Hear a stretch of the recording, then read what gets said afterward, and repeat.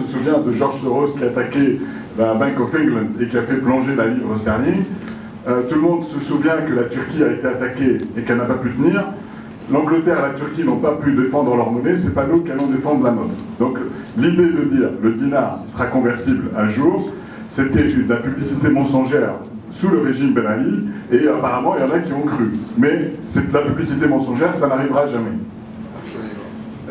La deuxième chose, je pense qu'il faut savoir, c'est que nous avons la pire réglementation de change du monde.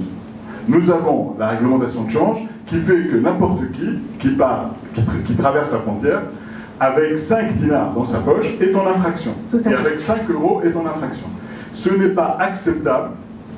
Ce n'est pas acceptable de vivre, de dire soit c'est la convertibilité totale, soit c'est zéro, on peut pas avoir 100 euros dans sa poche. Donc tous ceux qui passent, qu'ils soient anciens présidents ou qu'ils soient simples citoyens, sont susceptibles d'être arrêtés par un douanier immédiatement à la frontière. Et ça, ce n'est pas possible. C'est pas un état de droit de faire ça.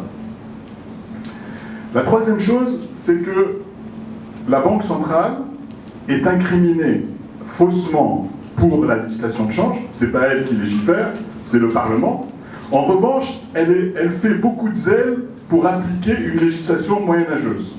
Et elle est extrêmement tatillonne, pour rester poli, parce que Marouane c'est un ami, mais je pense qu'il n'y a pas un chef d'entreprise, pas un avocat qui a eu affaire à la Banque centrale et qui a dit « quelle efficacité, quelle souplesse, franchement, on en est fiers ». J'en ai pas entendu personnellement, je pense que personne n'en a entendu parler. Donc, je pense que si on met les idées en place, on peut comprendre des choses. Donc aujourd'hui, qu'est-ce qu'on est en train de dire? On est en train de... D'abord, la quatrième chose, pour continuer sur les vérités comme ça, c'est vrai que depuis le début de l'année jusqu'à maintenant, et grâce à des mesures techniques qu'a pris la Banque centrale, le dinar s'est redressé, mais ne vous réjouissez pas, je suis désolé, tant que notre balance courante est déficitaire avec ce gouffre de déficit, le dinar continuera à se casser la gueule, avec une régularité de métronome.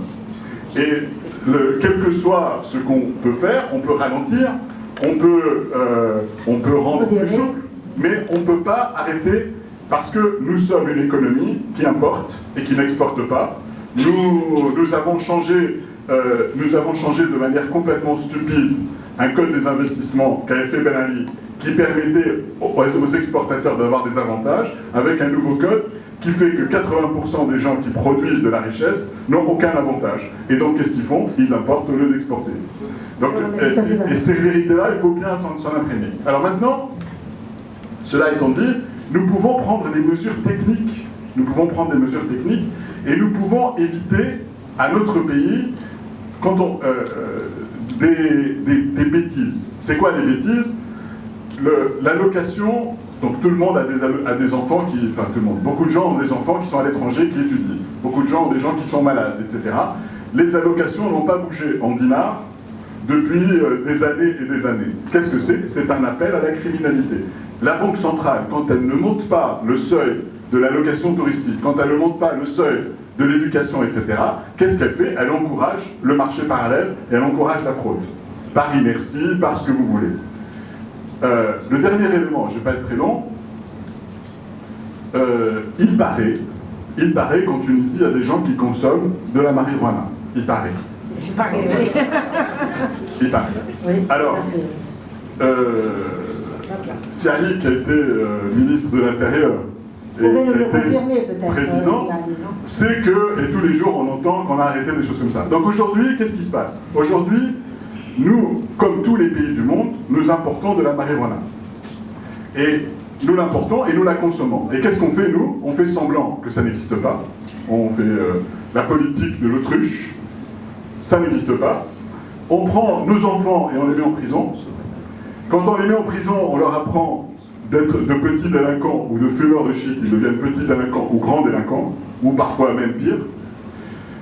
Ils consomment un produit que personne ne contrôle. Donc au lieu de passer par les systèmes de contrôle médicaux, c'est des choses qui sont importées illégalement. Et nous laissons, alors les estimations varient, mais il y a des études qui ont été faites sur le sujet, à peu près 800 millions à 1 milliard de dinars que nous laissons en devises que nous exportons. Donc aujourd'hui, qu'est-ce qu'on fait? Nous donnons 1 milliard de dinars à des gens qui passent illégalement la frontière, et en passant du shit, ils passent des armes, ils passent tout ce qu'on n'aime pas. Je pense que si on légiférait pour libéraliser la marijuana, pour faire en sorte qu'on la produise en Tunisie, nous économisons 1 milliard de dinars, nous sortons nos enfants de prison, nous contrôlons médicalement ce qu'ils consomment au lieu de consommer des produits abominables, et nous asséchons une des voies de financement du terrorisme.